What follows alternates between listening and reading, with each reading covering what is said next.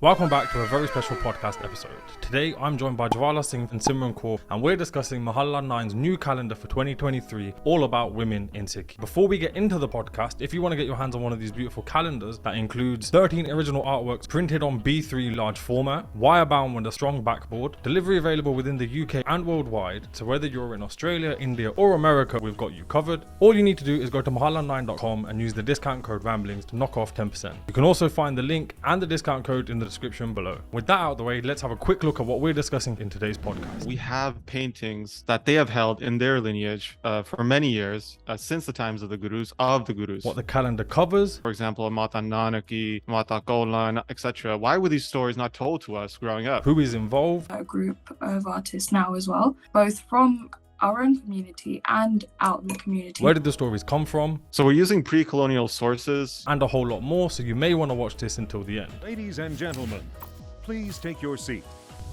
2 years ago, they released the Mahalla Nova calendar, and it was based on the life of Guru Tegh Bahadur Ji Maharaj.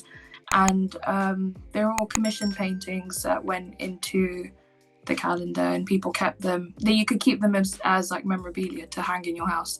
So it was really successful. I mean, people to this day still have the calendars up. People have the paintings up, which is really good. And because of that success, the community kind of brought forward the idea of a women's calendar based on the women of the GOM. And and that's kind of where we are now. And it's brought together a group of artists now as well, both from our own community and out in the community. So we've kind of outreached a bit more this time. And we've got a very diverse amount of stories that aren't talked about, that probably most people haven't heard of, being brought into the light by the research done by Jvala and another one of our researchers. So yeah, it's going to be a really good calendar that's coming out. So that's what's going on right now. Why was the decision made to make the theme solely on women? Well, in my exploration of a pre-colonial text through Suraj Prakash and on the Suraj podcast, one thing that became apparent in the feedback that I was getting is that the stories include such fine detail and such interesting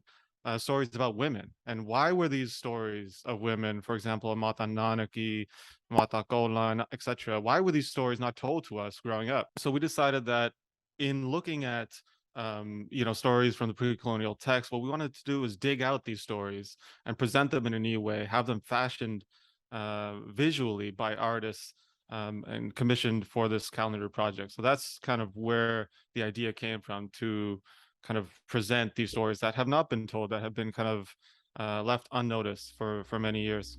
One thing that is quite interesting is this argument over idol worship and paintings that depict, in particularly our gurus, but like, how does that idea then work across what you guys are currently doing, and actually what the first calendar did, because that did depict Guru Tegh Bahadur Ji. For some people in the community, there's a certain uncomfortable kind of perception related to depicting the gurus visually in paintings. And we know through pre-colonial texts that this was a tradition, that Guru Hargobind had a portrait commission. This is referenced in text. We have from the lineages of Bhai Rupa, Bidhi Chand, the Sodhis of Kartarpur, etc. We have paintings that they have held in their lineage for many years, since the times of the Gurus. So for example, Guru Gobind Singh in the Bhai Rupa collection. And we also have visual art that has not been whitewashed, thank God, in some gurdwaras that have remained, like Baba Atal Gurdwara, in the gurdwaras in Pakistan. Through some of the research and the books that have been produced recently, we actually have photos of those frescoes. So we know that this was a tradition in the 1800s and the 1700s, and even prior before that, of depicting the gurus. Yet there's a certain level of thought that, perhaps this could lead into then idol worship. And that's where we want to kind of think about this more deeply, and the fact that, is this idol worship, or is this just a means to evoke memory? And that's where that you see in the gurdwaras of the past, in the frescoes, that the paintings were depicting stories of Guru Nanak, for example, let's say in the images of Baba Atal. And those images then evoke the memory, the stories of the actions of the Guru. And they are not in a way that present, the actual kind of appearance of the Guru, and, in that sense, then kind of make people bow down to those images. But in the same way we can think, is the body of the guru the guru? If one were to meet Guru Har Gobind, Guru Gobind Singh Sahib, is actually his physical form the guru? Because we know those physical forms change, right? So it's a different way of thinking about what is the guru, and just different ways of connecting with the guru. And we know that these ways of connecting with the guru have been part of the tradition for a long time. It seems to be that since the early 1900s, people have become uncomfortable with this on account of kind of differentiating from Indic thought related to Murti Puja or worshipping of idols. Yet at the same time, we have to think about how can we convey these stories of the gurus? How can we convey their actions through visual representation? And when we think about even language, when we think about poetry, poetry itself is a connection of different strings of words, using different poetic devices, and colorful imagery to paint an image on the canvas of the mind, right? It's conveying imagery that you're internally seeing, right? So in that way, we can think of them as alike: visual imagery and poetic imagery. So what we wanted to do with this project is kind of give space for upcoming artists, amazing artists like Simran Kaur and others, to kind of paint these stories of the Matama, of the mothers of the community, in a way that we can then tell these stories to the community. So before we move on to the next question, Simran, I'd just like to get some kind of idea of like what your perspective is as an artist when it comes to depicting not just the gurus but also just other people from Sikh history, and obviously like your involvement in this project. I think as an artist, it's kind of there's a responsibility behind kind of bringing forward stories that haven't been told before. And actually a conversation I had with Jvala just before this podcast, we talked about how painting and creating visual images is a universal language. So you're not just speaking to your own community, you're speaking to the world. And these images are not just going to us, the whole world will see them. And so you're also bringing that into the fold, that you're telling their stories out to everyone, really. And as an artist, you have the power to, I guess, change how we see the women of the Qawm for the next generations, and bring forward stories that are not just about kind of the warrior spirit and about being the mothers or being on the sideline of the gurus. You have stories that tell you that you can see, you can learn more about your guru, through their perspective. So you can understand themes of detachment, understand themes of longing, understand themes of liberation through these stories that you wouldn't hear generally growing up or in kind of the fold now. So it's, I guess, as an artist in this project, you have that responsibility where you are, and not really a weight, but you have that kind of I don't know what the word is to describe it, but you have, I guess in a sense you're conveying research that maybe perhaps so you're universalizing something that might not be in English, that might be in poetry, that might be difficult to get hold of or to read. Like you're taking stories, or as you were saying, like you're taking hidden gems that people like Jvala and others are researching and bringing to the forefront, and then you as an artist and the others involved are taking that and going, okay, how can I create, as Jvala was just mentioning, like this is forming an image.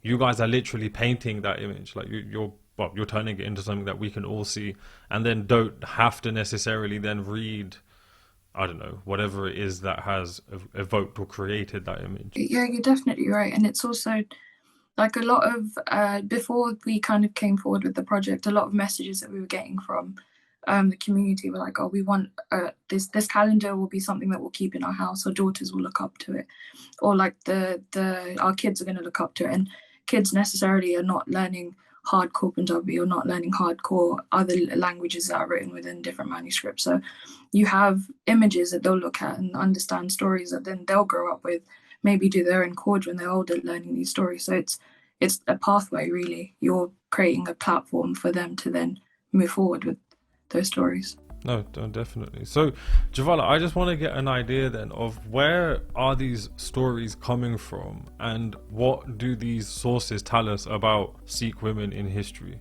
So we're using pre-colonial sources, largely Suraj Prakash, the Gurbalas texts from the 18th century. And these are fascinating because they are depicting the stories of the women in a different way, in a way that has not been affected through the colonial period in Punjab.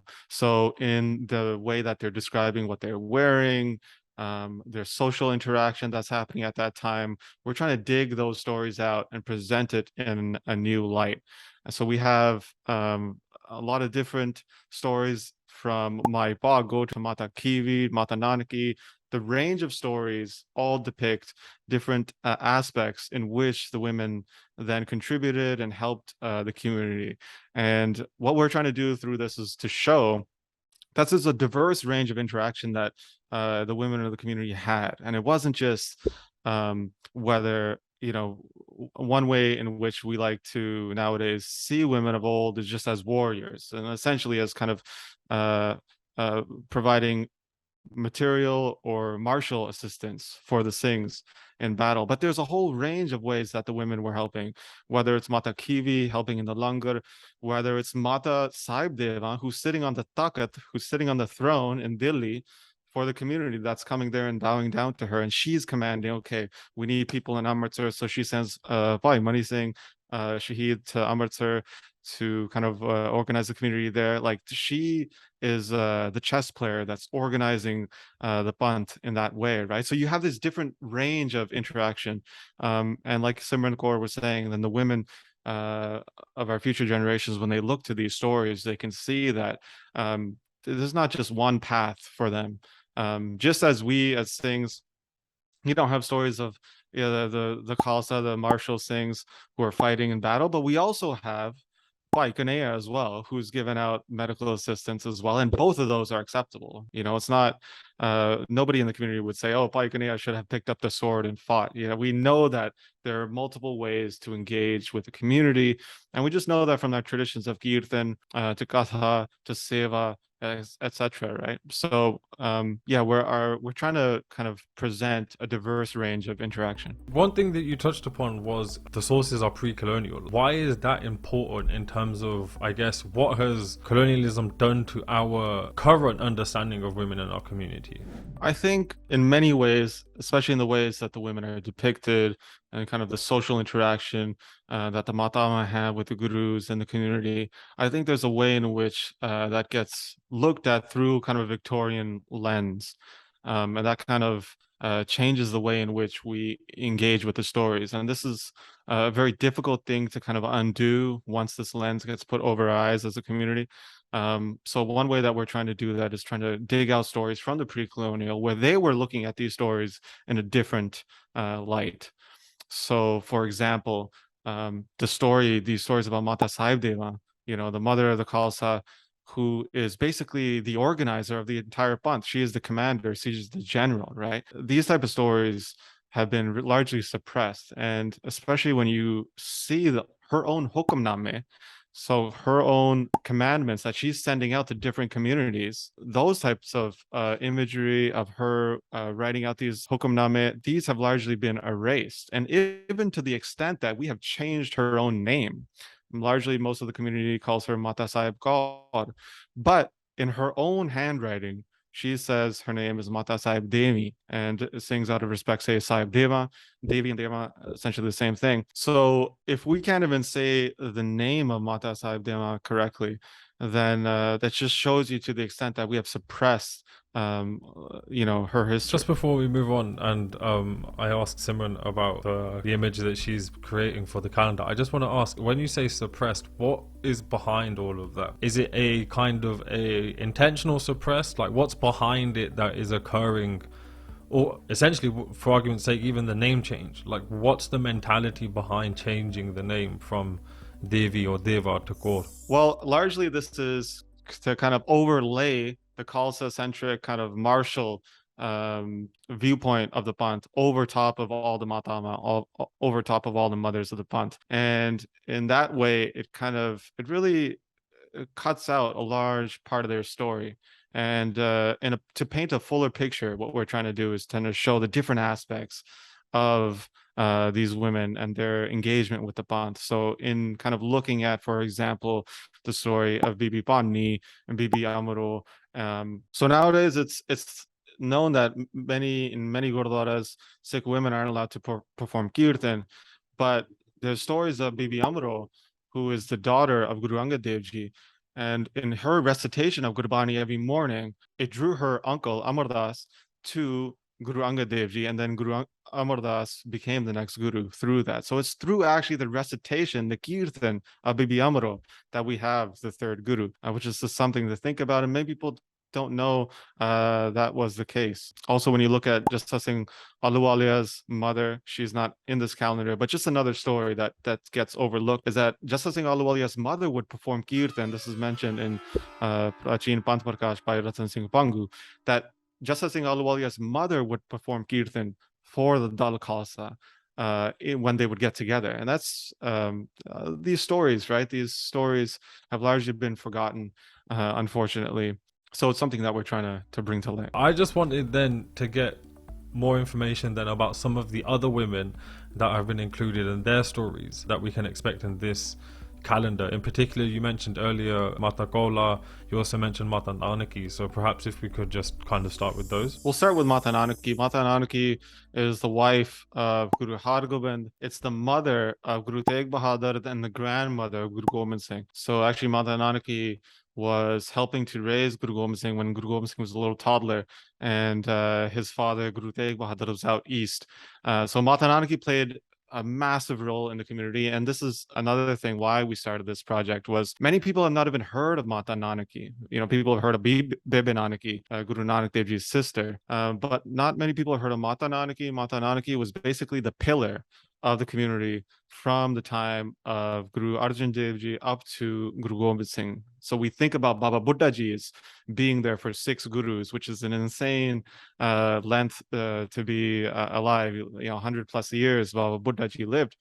But in the same way, we have an analog, we have a very similar comparison with Mata Nanaki, who, when she was a toddler, got to see Guru Arjan Dev Ji. She was married with Guru Arjan Dev Ji's son, Guru Har Gobind Sahib, and then was basically the pillar of the community until Guru Gobind Singh's time. So when Guru Tegh Bahadur was shot, actually many people don't know this, and we depicted this story for the Mahalla 9 calendar, that Tirmal had sent one of his sons when Guru Tegh Bahadur became guru to basically loot the guru's house. People were coming there because they were bringing the guru offerings. So this Masan named Siha, he came there, and they had guns back then, and this is something that you can check with Ramblings, our other talk that we did, right? Siha Masan took a gun and shot at the guru, and it just grazed Guru Tegh Bahadur's forehead, luckily. And then Mata Nanaki came immediately and kind of put herself in front of Guru Tegh Bahadur and really chastised, really cussed out that Masand.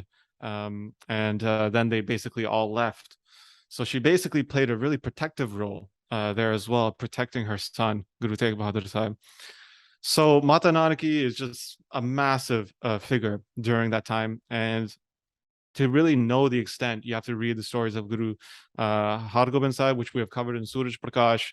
Mata Nanaki, the amount of times Mata Nanaki gets mentioned is striking, especially when you consider how little we know of Mata Nanaki now. So that was something that we really wanted to kind of convey, is that Mata Nanaki played such an important role in the community for such a long time.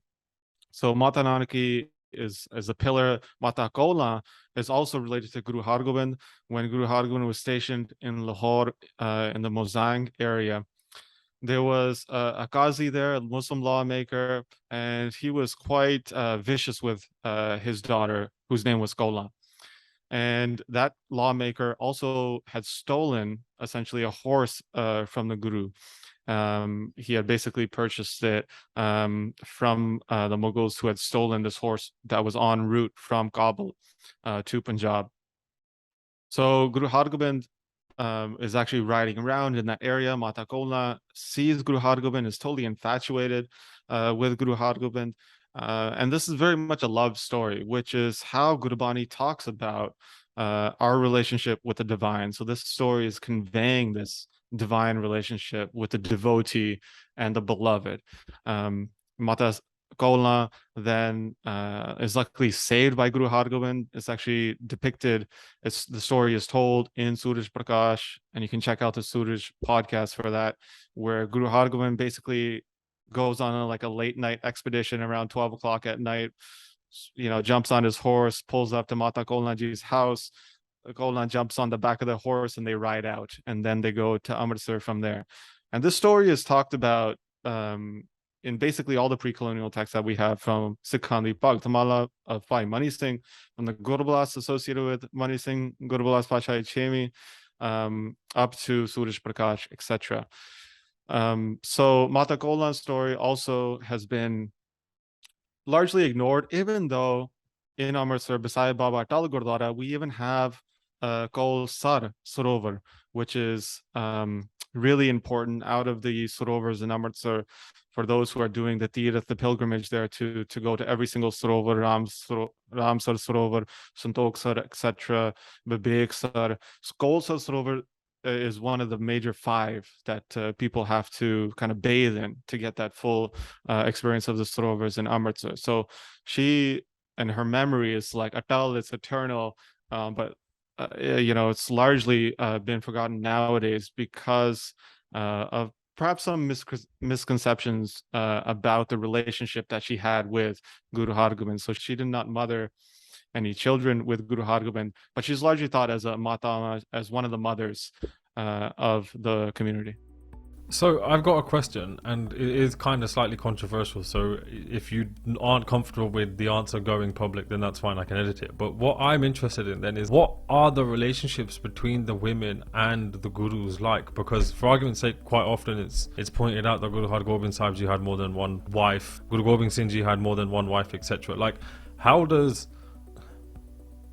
do pre-colonial texts deal with that, considering from a more modern post Singh Sabha movement, it's viewed almost as blasphemous or controversial or kind of somewhere on that scale? So this is an important question. I think it behooves us to think about this carefully because the pre-colonial sources also talked about this very carefully. So we know if we're going to take our history seriously, meaning if we're going to believe the pre-colonial sources, and they all state that Guru Hargobind had multiple wives, Guru Gobind Singh Ji had multiple wives, Guru Har Rai as well, etc. So how do we think about this? And if we look to how Kavi Santokh Singh wrote about this in Suraj Prakash, when Guru Hargobind is the first guru to have multiple wives, and on the occasion of his second marriage and his third marriage, Kavi Santokh Singh writes, the poet writes, that essentially this is the tradition of Maharaja, of great kings. And in the same way that Guru Hargobind and the previous gurus had grasped tightly to Piri, a spiritual authority, they had also now grasped to Miri, a royalty or sovereignty authority as well. So in regard to that, they're also playing the games that are associated with that, which is building connections with other communities. So for example, one of the wives of Guru Hargobind, her name is Mata Morwahi, and that is actually not her real name. Morwahi is just the name of her clan, of the Marwars, right? Her name is actually Mahan Devi. So what can we derive from that? We can think of Guru Hargobind as marrying into other clans to build connections, as other Raji are doing as well, right? So it's very much in that light of kind of extending sovereignty, extending the influence of Sikhi across different lands as well. And because this becomes a tradition, that's how poets like Santokh Singh and other pre-colonial texts, Mani Singh, etc., are conveying those types of marriages, that this is representative of the Miri path, of the path of royalty, of sovereignty. So that's how they have understood that tradition. No, I just wondered, I guess also it comes back to what you were saying about like narratives are suppressed, and I guess to some degree, just like we're trying to make sense of it, like the Singh Sabha, when they're kind of almost like reimagining these narratives, don't really have the words to be able to kind of understand it themselves and then explain it without being like, actually this doesn't make sense, so let's just throw it out the window and just say it's nothing to do with us. Whereas I guess the work you're doing with the artwork that Simon and others are helping with, it's actually bringing those stories back out and going, here you are, like have a look at it. what do the pre-colonial texts say about marriage rights? So there's this kind of common perception, or perhaps misperception, like correct me if I'm wrong, that the modern Anand Carriage is something that evolved after the Gurus, and that during the times of the Gurus it wasn't what we now have as the Anand Carriage around the Guru Granth Sahib Ji, etc. From what you've read and the research you've done, what do the pre-colonial sources say about this? The marriage rites associated with the Guru Har Gobind and the different Matama. This is just correct that the way in which they got married during that time, as evidenced through the pre-colonial sources, depict a different way than how we do marriages today. And that shouldn't shock listeners. These traditions have evolved over time, just like during that time we had the Masand administration. There were Masands that were handling different congregations. That was a system that was set up by Guru Amar Das Ji, and it got taken down by Guru Gobind Singh. So things evolve, they change over time. And the version that we have now, the Anand Karaj that we have today, is more of a recent tradition that the Panth has collectively agreed upon, and that's totally fine. There's only a few people that do it in a different way nowadays, Namtaris being one of them. But it is not uncommon for our grandparents. I remember my grandparents telling me that they knew many people that had what they call a Bedi Via, meaning a wedding around fire, which is how the pre-colonial texts talk about the way in which Guru Har Gobind had his marriages, and even up to Guru Gobind Singh's time. If you look at even the paintings associated with Guru Nanak Dev Ji's wedding, you'll see in Baba Atal, these are also the ways that Guru Nanak Dev Ji and the other gurus had their wedding rites. But what's interesting is in the pre-colonial texts, when they're talking about these traditions, it always says and this is kind of gives us clues as to how people at that time thought about these wedding rites. It says Kul ki rit, that these are the traditions of their lineage. So in a sense that, yeah, they were just performing whatever rites that their family would have performed. This is not to say that this is a Gursikh way to do it. It's just to say that they were doing it according to that family. Later on, more traditions evolved, where Guru Sikhs are saying, okay, the wedding should be done in this prescribed manner, which was different from before. So the fact that the old stories mention wedding rites being different, it shouldn't make us feel uncomfortable. It shouldn't shock us. Traditions evolve over time, and that's not abnormal.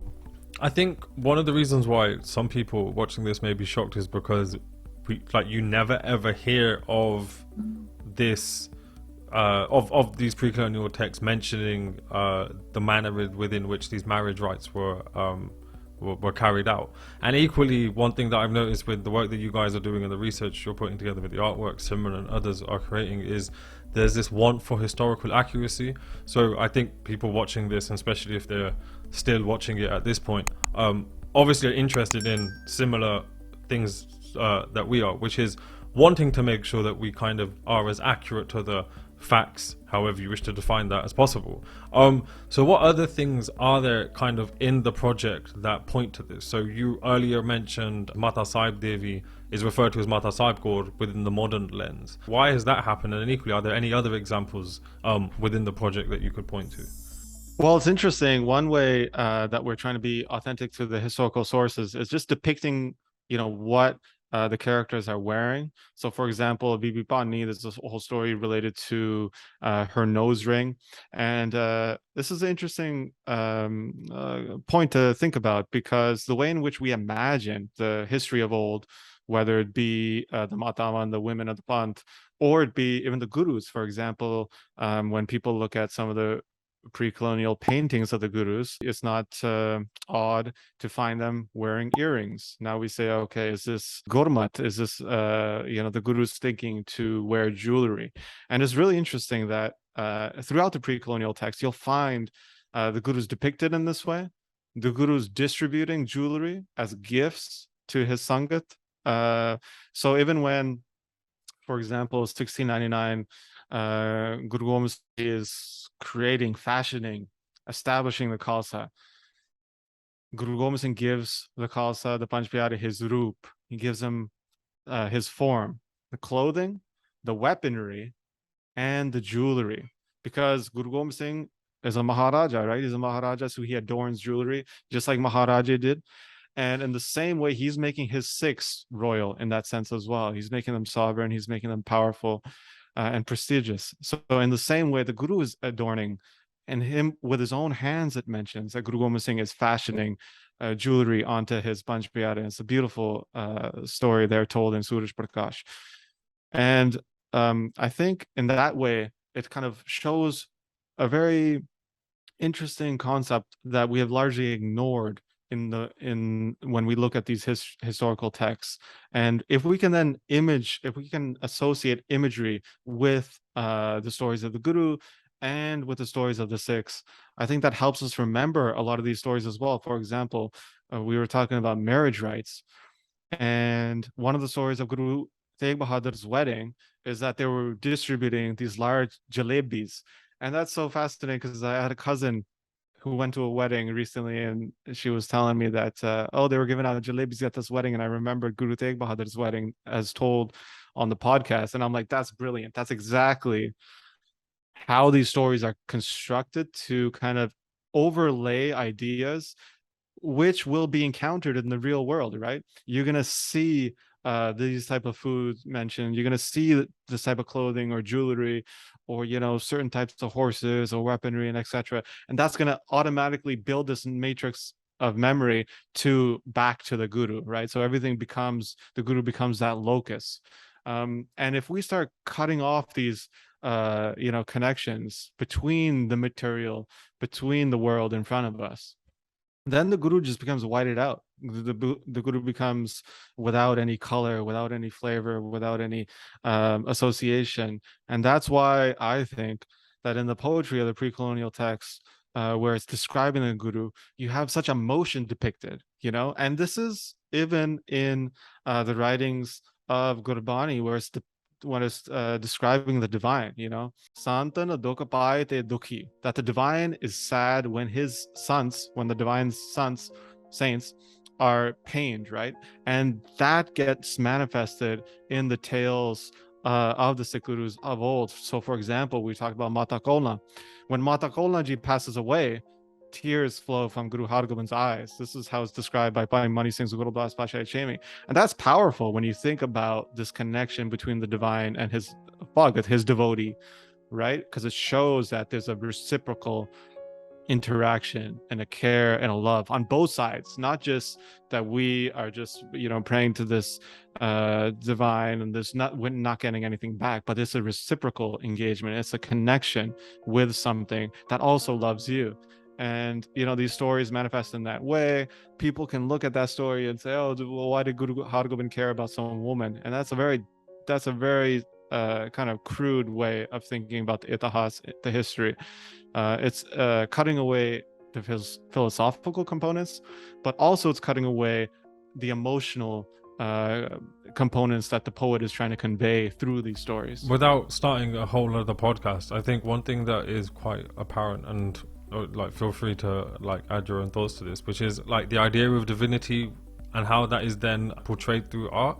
So I think a lot of what you're discussing in relation to the pre-colonial text seems to be that there is an understanding of the divinity or the divine in a very different perspective or worldview. And then post kind of colonialism, Singh Sabha movement, etc., we've moved to a very Judeo-Christian Protestant understanding of what the divine is. How, I guess, as an artist, first, Simran, if I could ask you, how do you try to, how do you engage with the text? So when you get the story, how do you make sure that you're bringing it to life as accurately as possible? How do you approach that as an artist, taking the text and the work that the research that Jwala's done, and then turning that into something that is visual for us all to see? I think what's the most important thing is that you're not creating a piece based on a story that's kind of taking place now. So it's really important to keep in mind kind of historical references. So you do the research of kind of looking through collections of paintings. So for this project, I put together a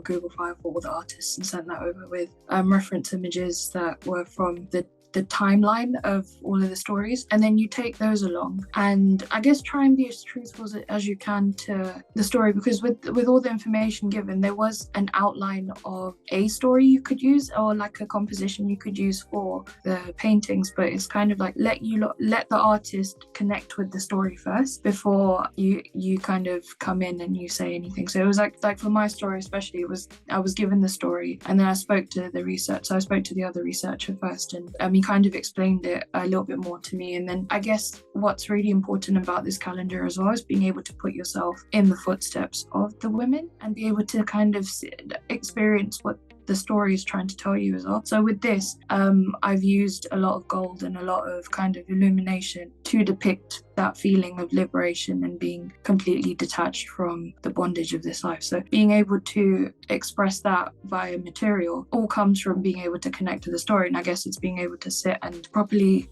read and put yourself in that space to understand what was going on in the kind of the image that you've been given. No, definitely. Jvala, I just wanted then to find out, are there any other instances, like you spoke about Mata Sahib Devi being called Mata Sahib Kaur and kind of the reason behind the suppression of particular narratives, and we've touched upon how some of that is perhaps connected to the philosophy or the ideology of how we perceive the divine.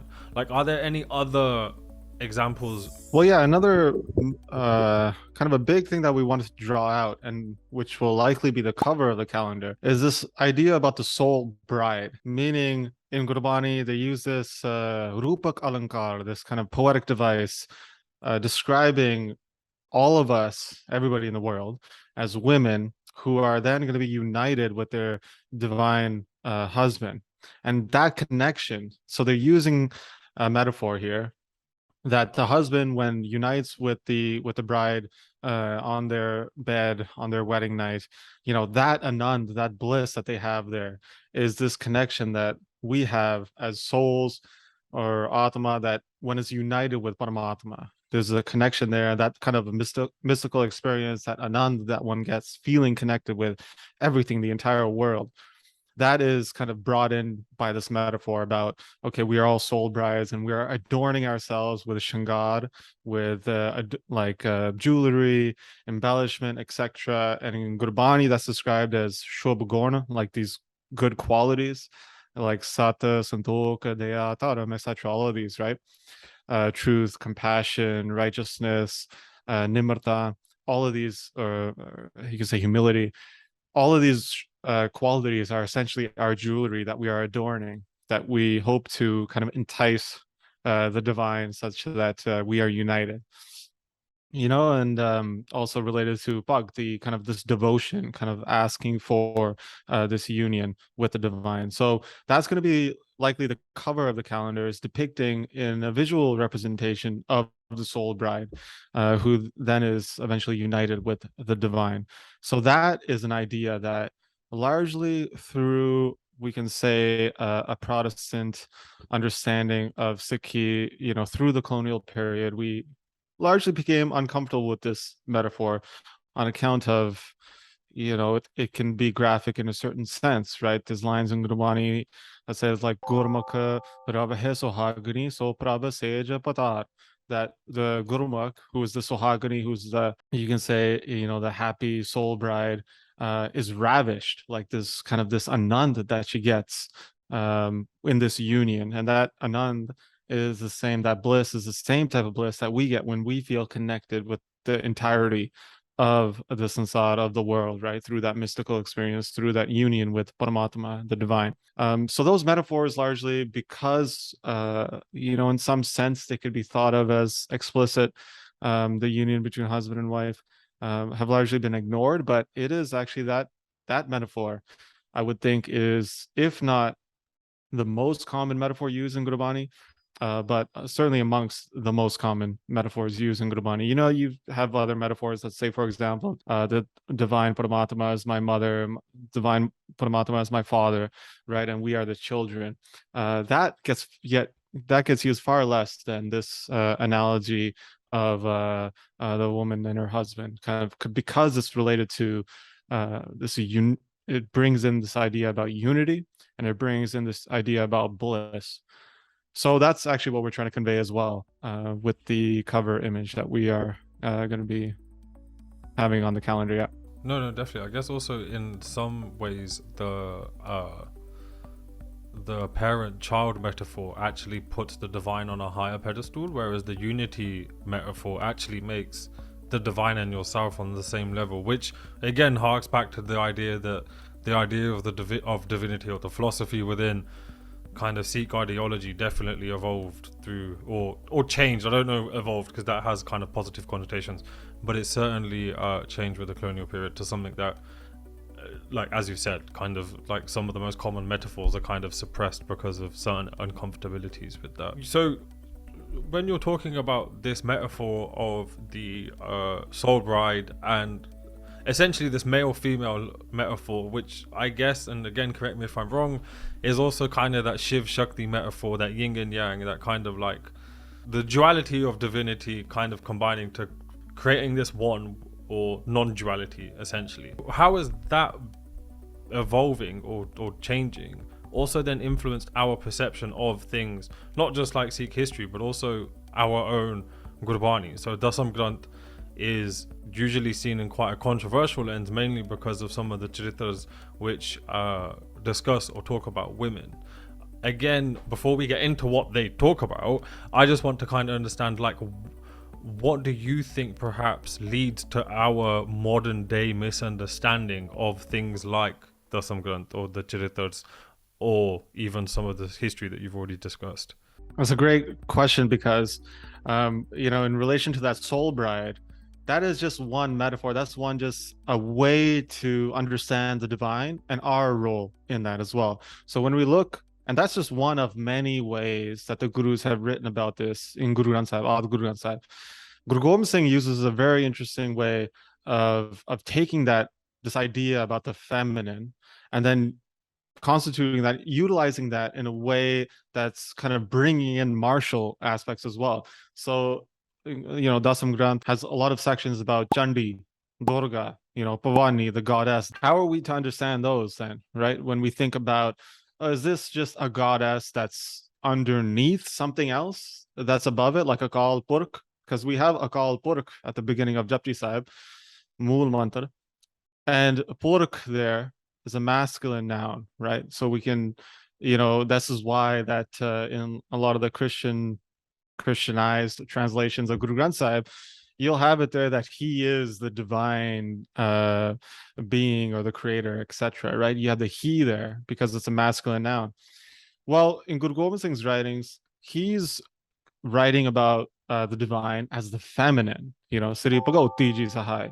He's writing as, and you can say that, okay, he's talking about the sword, but is it the sword there? Like, that's a feminine word, right? And throughout Guru Gobind Singh's writings, he has this, even in compositions like Jap Sahib, which are largely praise of the divine through negation. The Paramatma is not this, he's not that, just like the Vedas, neti, na iti. So you have, even in Jap Sahib, you have Namo Sasrapane, Namo Astarmane, Namo Paramagyata, Namo Lokmata. That the divine is that one who's holding Shastra. The divine is that one who utilizes Astar, these kind of projectile weapons. Namo Paramagyata, Namo, the highest wisdom, which you can think about Paramatma in the divinity form of Saraswati, the one who conveys wisdom and beauty and excellence. Namo Lokmata, salutation to that mother of the world. And this is, we see in Chaupai Sahib as well, Lokmata, Jagmata is used as well, this term that the divine is the mother of the entire world. So then we can say that Guru Gobind Singh is talking about that same divine, Akal Purkh, as described in Mool Mantra, but in a feminine way of describing the divine. And this is where we should not be confused that, oh, he's talking about some goddess that's below the divine. Because even in, you have a composition called Akal Usat, the praise of the divine, the timeless, the deathless. And even at the start of this, it says, Charanas Charan Je Basta Pavani, that Pavani, a goddess, is at the Sharan, at the kind of the refuge, at the lotus-like feet of the divine. But when it's talking about the divine later on in that composition, it is describing Durga, Pavani, Chandi as the actual divine as well. So there's this play between understanding the divine as one without quality, and you're doing that because at least in Sikh, philosophy, the divine transcends any notion of any concept at all. You can never box in the divine. Yet at the same time, that doesn't allow you to talk about anything material. So there's a limitation in that.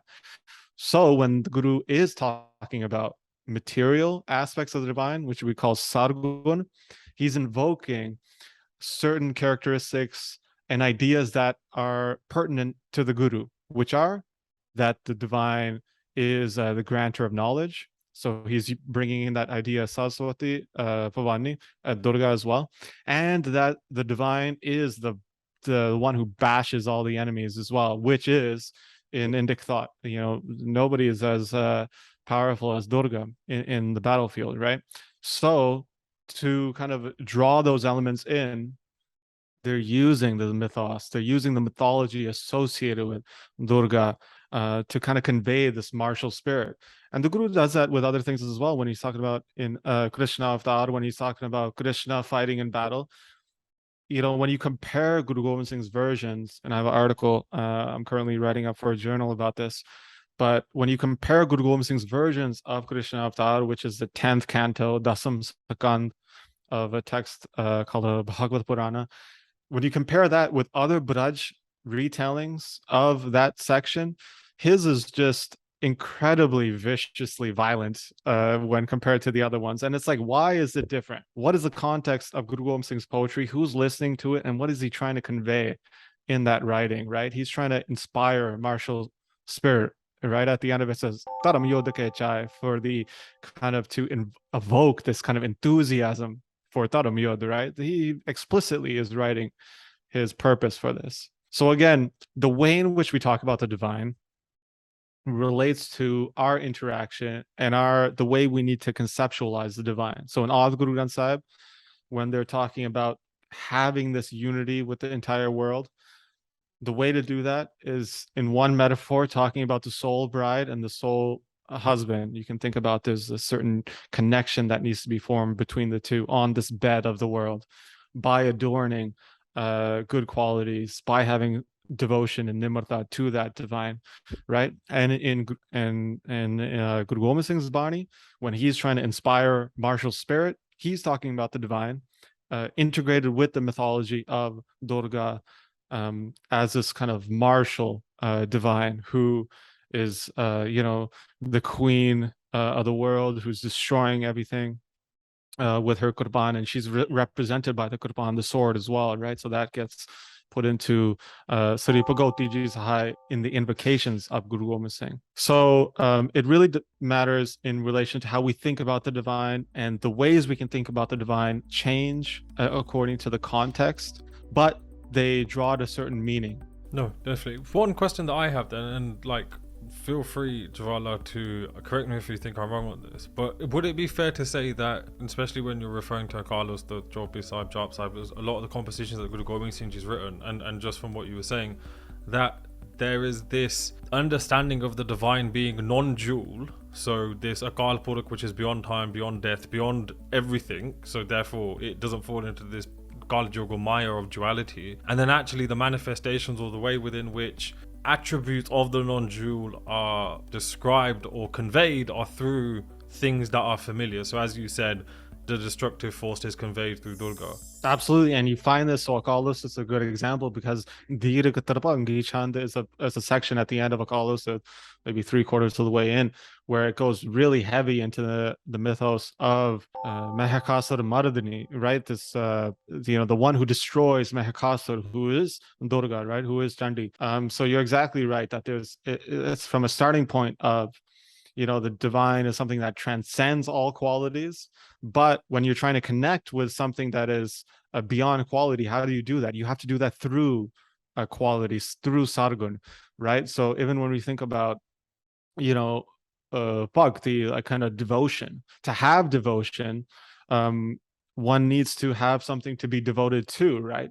So in that sense, you can say that, oh, well, this is you have a dualistic way of thinking about this, then you're separate from the divine. But this is kind of a starting point where first of all, in recognizing what is the divine, you cultivate a certain attitude and characteristics like Shobgorn, like the good qualities, like I was talking about, this shangar that the woman adorns, right, to attract the husband, qualities of nimarta and etc., etc. And then through that process of bhakti, of devotion, then one gets the wisdom of what the divine actually is through that integration, through that connection, right, that happens on that bed. So there's this play that happens between Sargun and Nirgun, between the divine with quality and without quality. And you'll see different stories get brought up in even Ad Guru Granth Sahib.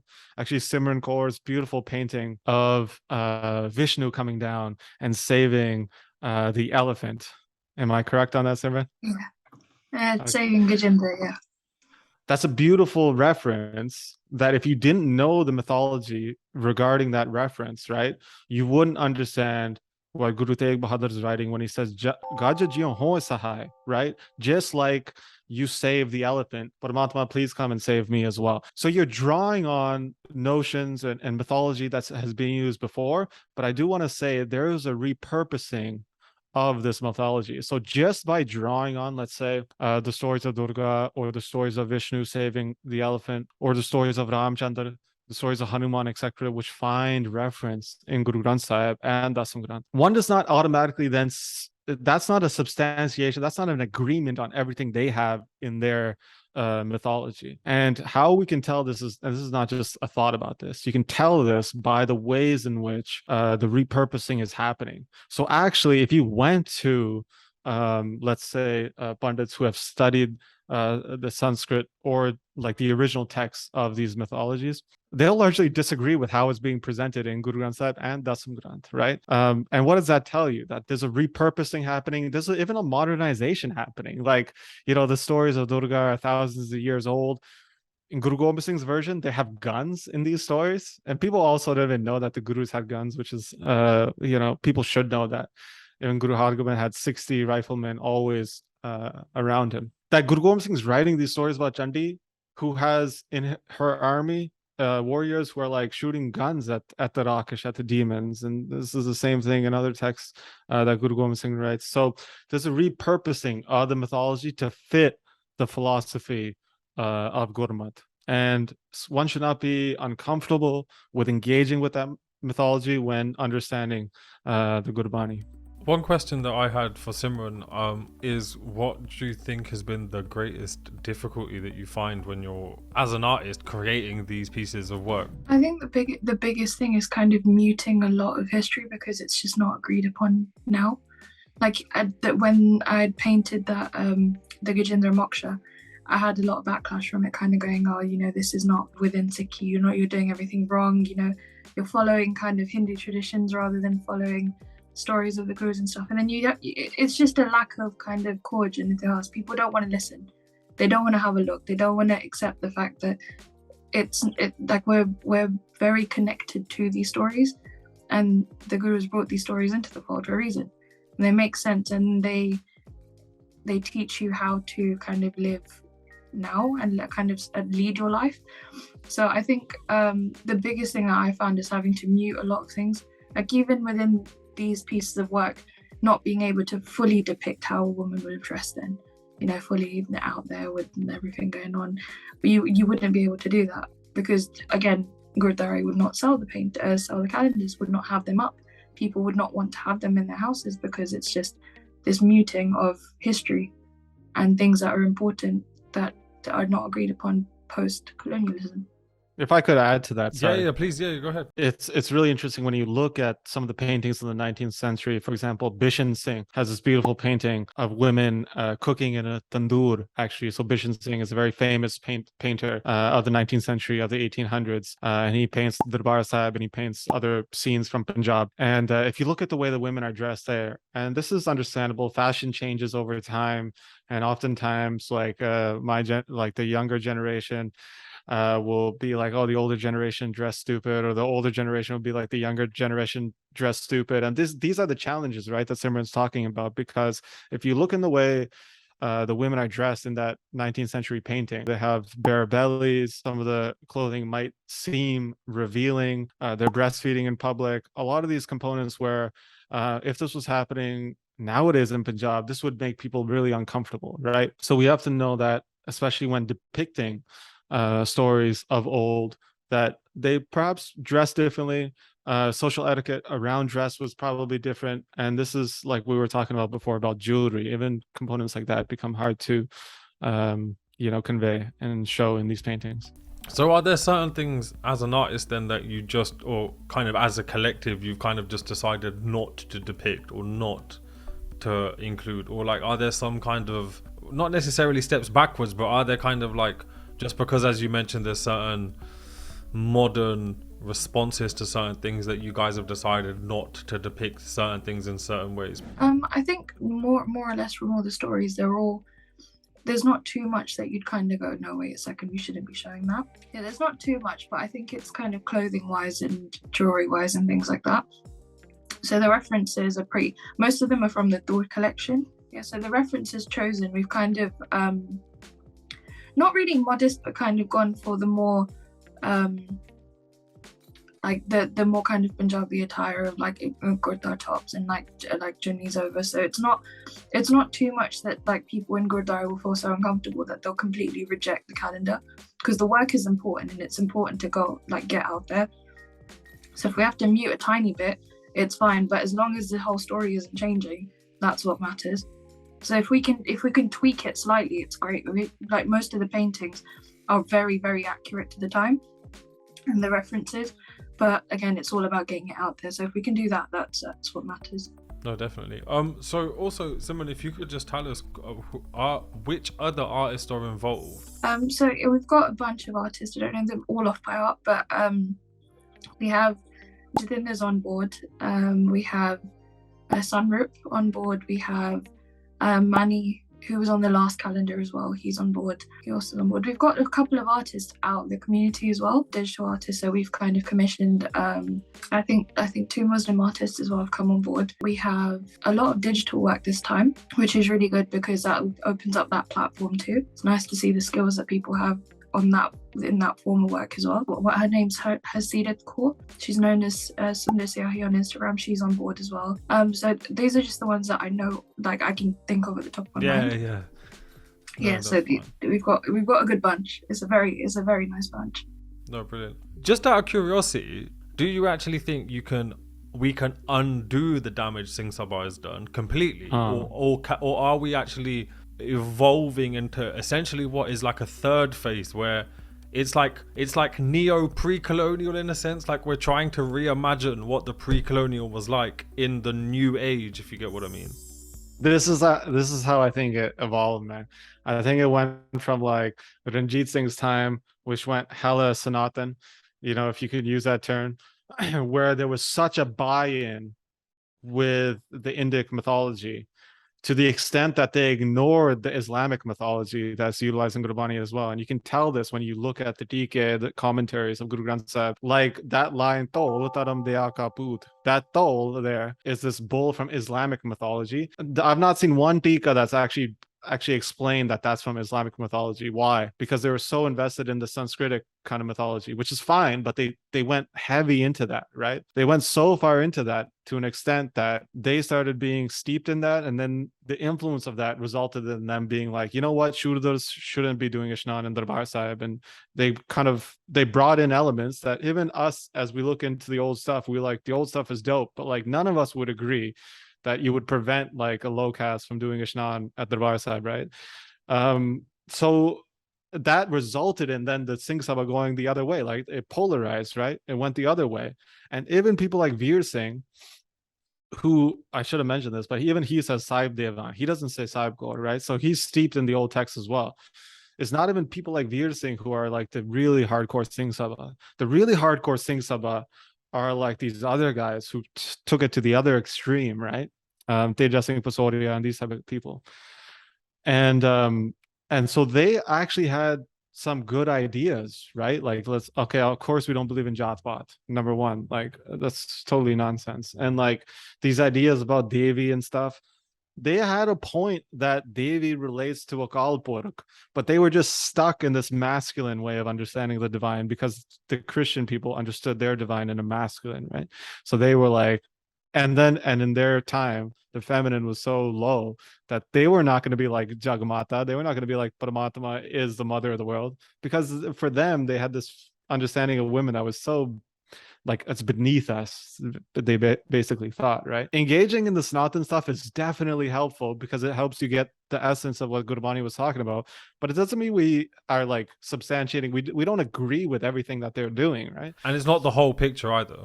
No. So I think at some point now we're gonna come back into the middle, and I hope we don't go again. We don't swing back in that, but we're getting somewhere in the middle. So I think it's possible, but yeah, I'm optimistic. Anyways, I'm curious to see how we will integrate our understanding as we go back to the pre-colonial into the modern time. Because there's one thing to just go hardcore nostalgic into the past, and you're just secluded and you're living in a different world, whereas like Sikh has always shown us that it's about the integration, right?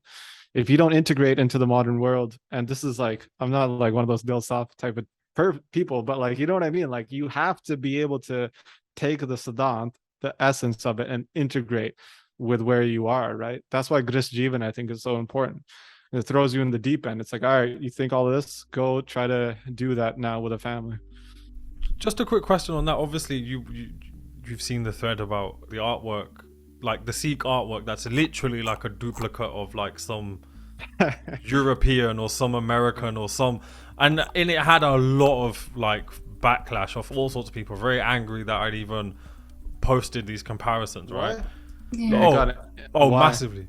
So there was, I think the one that pissed a lot of people off was Guru Nanak Dev Ji's photo next to that, like, I forgot his name, but he's like a goat / devil or whatever, and they're doing the exact same hand pose, and people are like, oh, yeah, and people are like, how dare you, and like you're like you don't know any better and all the rest of it and whatever.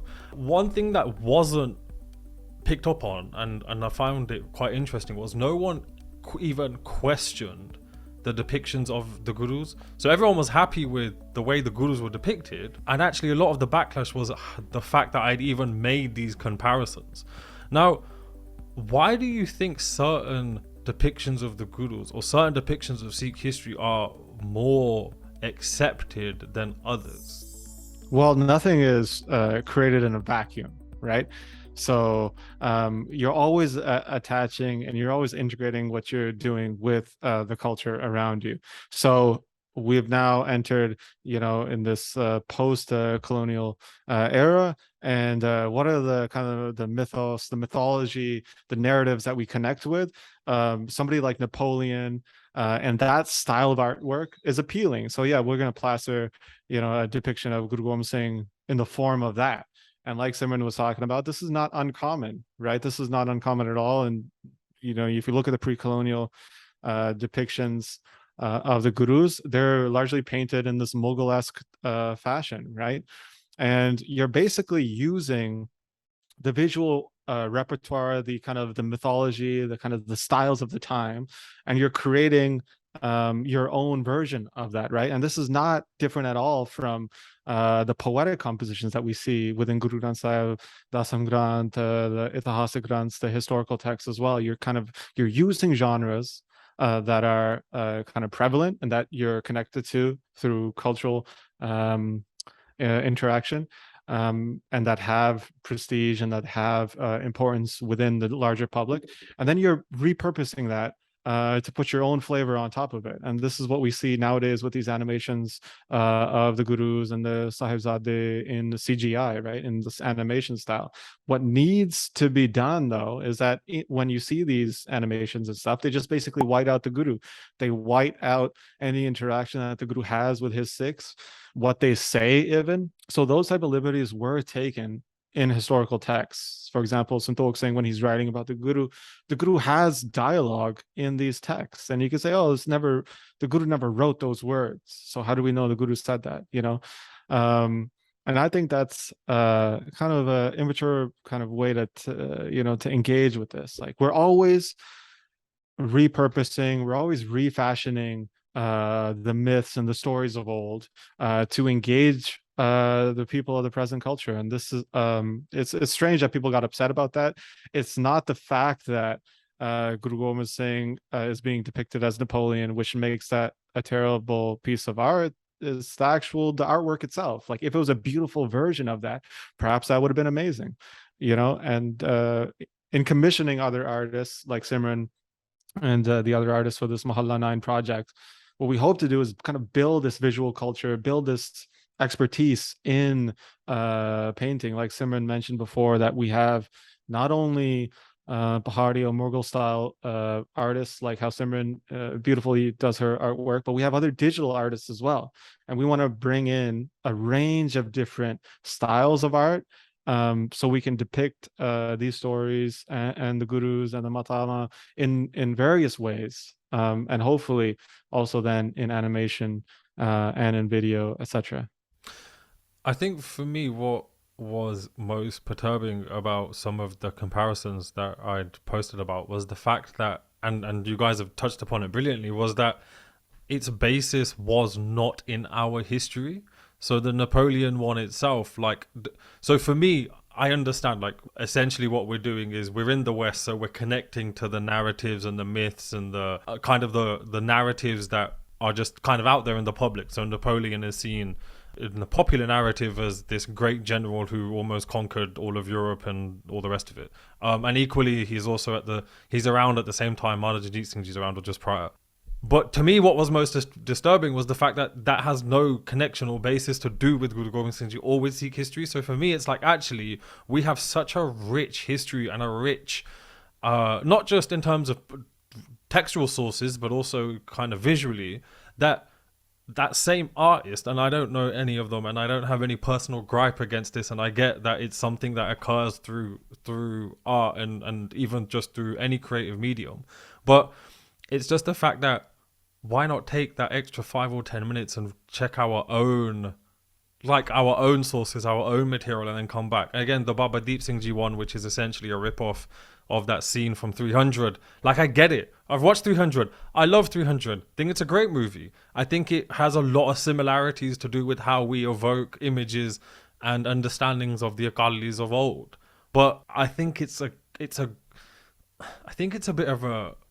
quite crass and slightly insulting to essentially put a turban on whoever that actor was who played the main guy in 300. I forgot his name now or whatever. But like, that's the uncomfortability, and that's why I find this project really exciting, because there's a care and attention to the source, there's a care and attention to how it's depicted, there's a want for historical accuracy, there's a want to put it within the kind of the philosophical framework that is most accurate. But yeah, I just find it nuts that certain depictions of the gurus are accepted or not accepted, but then there are certain things that are just like beyond the pale, and you're not allowed to even to approach it. But I think, again, it comes back to what we were saying earlier about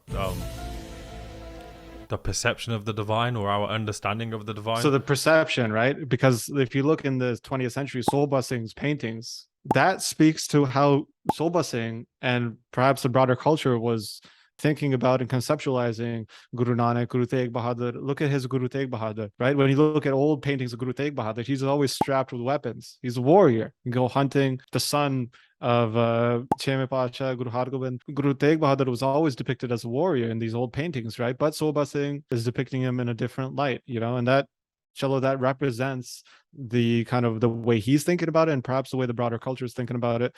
But yeah, I'm excited about this project as well, because we're trying to dig deep into the old sources, trying to convey what the old sources are saying, and how they thought about the guru. Because one thing is that when you read some of the old sources, you're actually having a conversation. Like when you read Suraj Prakash, you're having a conversation with Santokh Singh. He's talking to you. You may not be able to talk back to him, but he's talking to you about the description of Guru Gobind, saying Guru, Tegh Bahadur, Guru Hargobind, etc. And then to take those words, right, and to convey them, I think, it's just amazing what Simran Kaur and some of the artists are doing with that. I'm really excited about this project. One last question for both of you. I'll start with you, Simran. And it's actually just come to me now that we spoke about Sobha Singh. So if anyone listening isn't aware of Sobha Singh, I'd be slightly surprised, but he is essentially, I guess, correct me if I'm wrong, probably one of the most popular Sikh artists of the 20th century, pretty much every household within the 80s, 90s would have had a Sobha Singh painting somewhere. And I'm sure most people listening also have some family member or relative who met Sobha Singh or something. Like, there's always some like little story.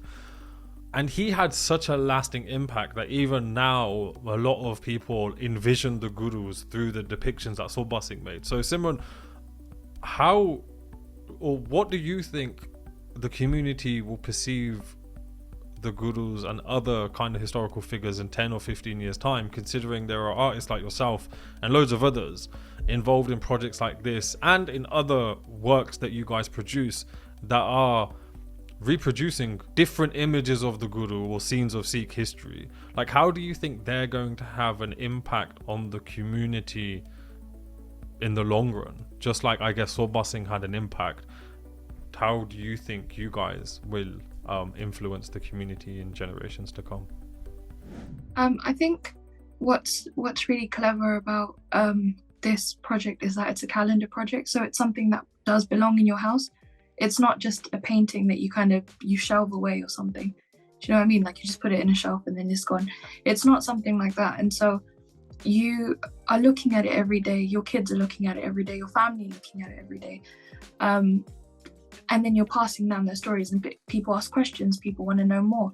It invokes conversation. You then keep the images. You then, like, you can frame them if you want. You can do whatever you want with them. And that then passes down, this imagery passes down, and then more artists start creating work that's similar, and it's this kind of domino effect. And it all starts from just being able to put your feet out there and to just start the conversation. And that's why, like, these projects are really, really important, and it's being able to start the conversation that changes the narrative and then builds the next stage of, I guess, what we want the faith to be like, to what the next part of Sikhi is going to be, and the next form of work that's going to come through. So I think these kind of projects have the power to do that, and we hope so. Hopefully the calendar does that 100%. No, definitely. Jvala, equally, I just wanted to get your opinion of, like, similarly to like how Sobha Singh has had a lasting impact on the community, how do you think projects like this and other work that the artists such as Simran and others that you guys have mentioned will have on the community in 10, 15, 20 years time, or even longer, considering how much of an impact Sobha Singh has had? I think it's a question about representation. I think that's why it's awesome to have this calendar. It's just depicting Sikh women. I think when people look at these images, they'll start to question more. Okay, Simran Kaur is doing one about Bibi Pani. Who is she? Do people know that the whole land around Amritsar was put under her name? So when Akbar donates all of this land, Guru Amar Das Ji signs it under Bibi Pani Ji's name. That all of that land, she was the owner of that land. Do even people know that women could even own land at that time? I think these are the discussions that will come out from the physical kind of representation, for people having these calendars in their home, along with the visual representation. There's going to be snippets of information like that beside the calendar, referenced with historical text. We're just not making these stories up out of thin air, which has happened in more recent time about some of Sikh history. So definitely representation. It shows people that Bibi Pani, these other women, were so important to the community, so integral, so that younger Sikh women can also see that they also have a place within the community as well, which it has been lacking, certainly, and this is one way to address it. Another way is that we're actually getting like Simran Kaur has, and the other artists as well, have put a lot of time into crafting their art. So this was not just a matter of bringing whoever in to draw whatever. This was a matter of bringing in artists who are exceptional at their craft, have put time into it, and they're going to be depicting amazing pieces of art. So that's the second thing. And the third thing, and I mean, even now, and you yourself have probably noticed this, is that when people have shed light on, let's say, the Pairupa collection or the collection associated with the Sodis of Kartarpur, etc., these paintings of the gurus that they claim and likely are, authentic paintings of Guru Hargobind, Guru Gobind Singh, etc., you're seeing modern artists now doing or creating artwork in that same style, to the extent that you have all these different versions now of I've seen, which is so beautiful for me to see, like different versions of Guru Hargobind being painted that are very similar to those authentic paintings of the Guru that even Bidhi Chand's descendants have in the village of Sobha Singh. So it's a way of looking back to see what was there in the past. But it's not only that, it's also a way of looking forward and creating something new and innovative and beautiful. That's the thing as well. It's that not just creating it for the sake of creating it. There's no participation awards here, medals. It's about creating something beautiful. And if that's tied in with historical accuracy and in the mythos that Gurbani and historical texts have been engaged with for centuries, then all the better and all the more powerful. So yeah, I'm really excited about this project. No, definitely. Okay, one last question, and you guys can't think about the answer too long. I just want a quick response. So first, Simon, if I can start with you, which has been your favorite story so far in all of the ones that you guys have covered in the project? I think because I sat with the other researcher, and I was the one who kind of gave everyone. We sat and we assigned all the roles to everyone, and not the only one, but the one that stood out to me the most was Bibi Bani Ji. And just because I'd never thought that this was their relationship with Viren Das Ji. Like I couldn't fathom that was that kind of relationship. And just being able to remind someone that, you're not just bound by your human life. There's more, there's something that extends from there. And I think that's the one story that I connected to the most. No, thank you. And equally, Jvala, what has been the most interesting or your favorite story out of all of the ones that have been covered or are being covered in the calendar? I think Mata Kaulna Ji has been kind of my favorite so far, just because, I've really been steeped in the stories of Guru Hargobind for a couple of years now. And just the way in which that story gets told across different texts is super interesting as well. Very much like in the way that Gurublas represents the story, Gurublas Pachachemi. It's this really story of love. And actually the backstory, kind of the previous life description that's given in the text, is very much akin to how Guru Gobind Singh describes the story of Hir Ranja. So if you look in the Charitropakhyan, Guru Gobind Singh's version of Hir Ranja, beautiful. It's actually 60, 70 years prior to the most famous Vada Shah version. But in this version, Hir actually gets cursed in the heavens because of Kapil Muni. Kapil Muni is this very famous Rishi Muni, this sage from Indic mythology. And it's a really funny story because Guru Gobind Singh is actually taking a little bit of a jab towards these Bahangams, towards these celibates. Kapil Muni just sees Manaka, I think her name is, this Apasharan, this kind of this heavenly damsel, and Kapil Muni, unfortunately, even though he's a celibate and he's a great sage and seer and all this, can't control himself. And Guru Gobind Singh describes Kapil Muni's seed falls on the floor. Basically, he spoils himself. He for the lack of a better term, and he gets angry because a celibate is not to exude his seed. So he curses her. It says, "You now go into the realm of mortals and take life in the house of a Muslim." And this woman is very upset about this. She asks, "Okay, when will I be saved from this?" And Kapil Muni says, "Okay, when Indra Devta goes from the heavens to the world of men, you will fall in love with him, and through your love you'll be united with the divine, and then you'll be taken up to the heavens." And then Guru Gobind Singh writes a beautiful story about love between them, and how basically he is so devoted and so just absorbed, infatuated with Ranja, that they become, from two, they become one. Actually, it's such a beautiful line in there about Guru Gobind Singh says, everybody knows that a sword takes one into two. It can make one into two. It can cut something and split it, right? But he's like, when one is struck with the sword of prem, or that pang of separation, right? When one is struck by that, it takes two and it creates one. And it's such a beautiful line. Basically in that love that he and Ranja have for each other, they become merged in one. They go up to the heavens. All of that to say, in Gorbalas, when they're talking about Mata Kola and talking about her past life, they mention the same type of thing. Kapil Muni again spoils himself. He can't handle the sight of a beautiful woman, and basically Mata Kolan takes birth in this life. She asks Kapil Muni, when will my liberation come? When will I be saved? And he says, when you fall in love with the sixth Guru Nanak, Guru Hargobind, Guru Hargobind will save you. And through your love, you will merge with him and you will cross over and you will be liberated.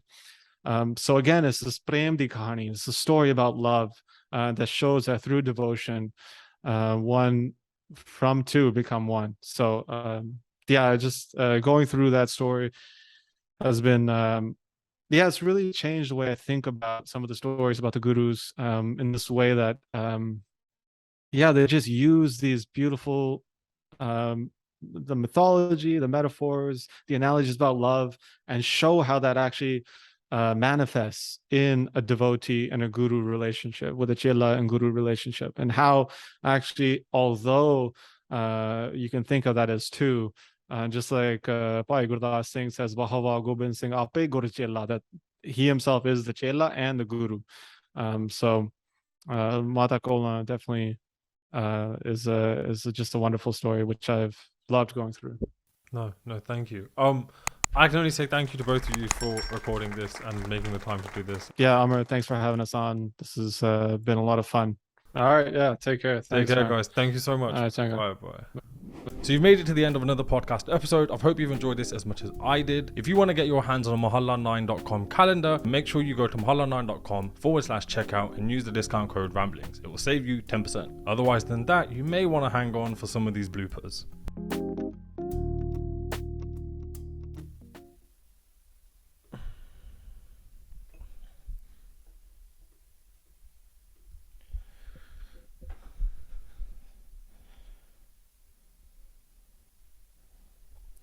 Today, I have a very special podcast for you. Today, I'm joined...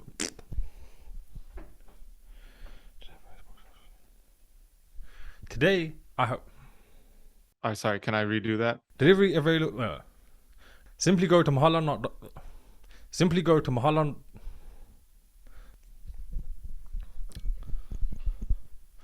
Don't forget to like and subscribe.